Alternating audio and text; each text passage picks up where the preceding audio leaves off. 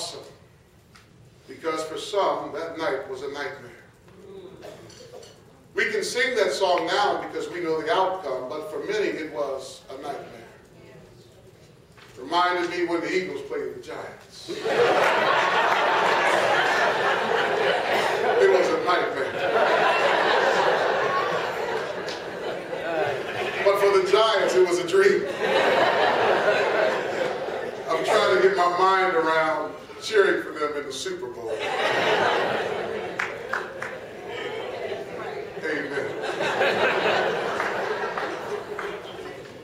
But like any good football season and in any season in life, there are many who have nightmares. There are many who are cheering for a win. When the win comes, there are many expectations, but not everybody gets invited to the meeting. And so it was the case as we watched our flag flying there, that there were slaves and women and peoples whose dreams were still nightmares. We heard speeches of individual liberty and revolution and this new experiment, and some who were brought here as slaves thought this is our chance. That if we could join in this war, that then we would be free. Women thought surely after the revolution, we would be treated as equal. We would have the right to vote. I mean, when you read the Independence or the Bill of Rights and the Constitution, there was a hope that the nightmares for all of us were over. But for some, we had to tarry longer. But I'm glad to announce our colors don't run. Red is still red, white is still white, and blue is still blue. Every time I leave this country and I come home, I am so happy to be home. I can say proudly, I'm proud to be an American.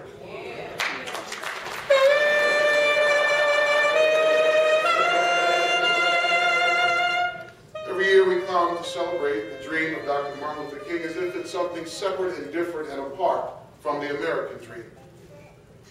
I hope this morning that you would acknowledge with me that Martin Luther King simply was an American who dreamed like everyone else dreamed. Dr. Martin Luther King, what was special about him is that he also heard bombs bursting, churches being burned, and he still saw the flag flying there.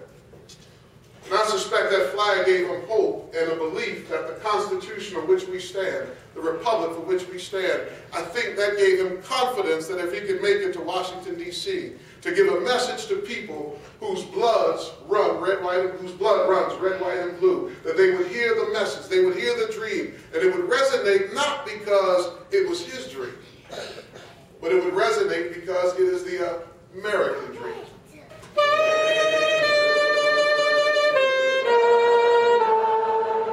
The challenge for us is to ask ourselves the question, what can we see by the dawn's early light? Every day is a new dawn. Been talking to our mayor, and every morning I look at the Whippany River. And I'm encouraged because I believe that the county can come together to do something about the flooding in what's called the Hollow. I'm still encouraged because every morning I'm convinced that we can build even more affordable housing. I'm encouraged because I believe by the dawn's early light and by the flag whose colors never run that the best is still yet to come.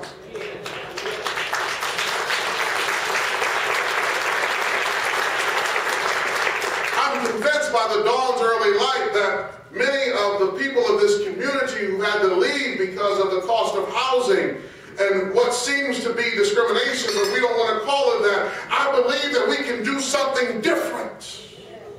I believe by the dawn's early light that we should have all of our children doing well on tests and academics. I'm not convinced that Black and Latino children should consistently score beneath the radar. I'm not convinced that the only option is community college. I'm convinced that by the dawn's early light that we might have more children receiving acceptance letters from Harvard and Princeton and Howard and Morehouse. convinced that grandchildren and children can no longer live in Morris County and be here to care for their parents because there's insufficient affordable housing. I'm not convinced. I believe we can do better.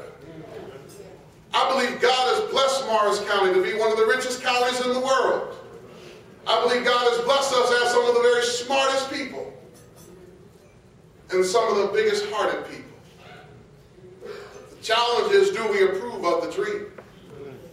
Or are we still rejecting it? Do we still question what it means to be American? I'm convinced that when the best people get in the room and God shows up, that the best is yet to come. I challenge you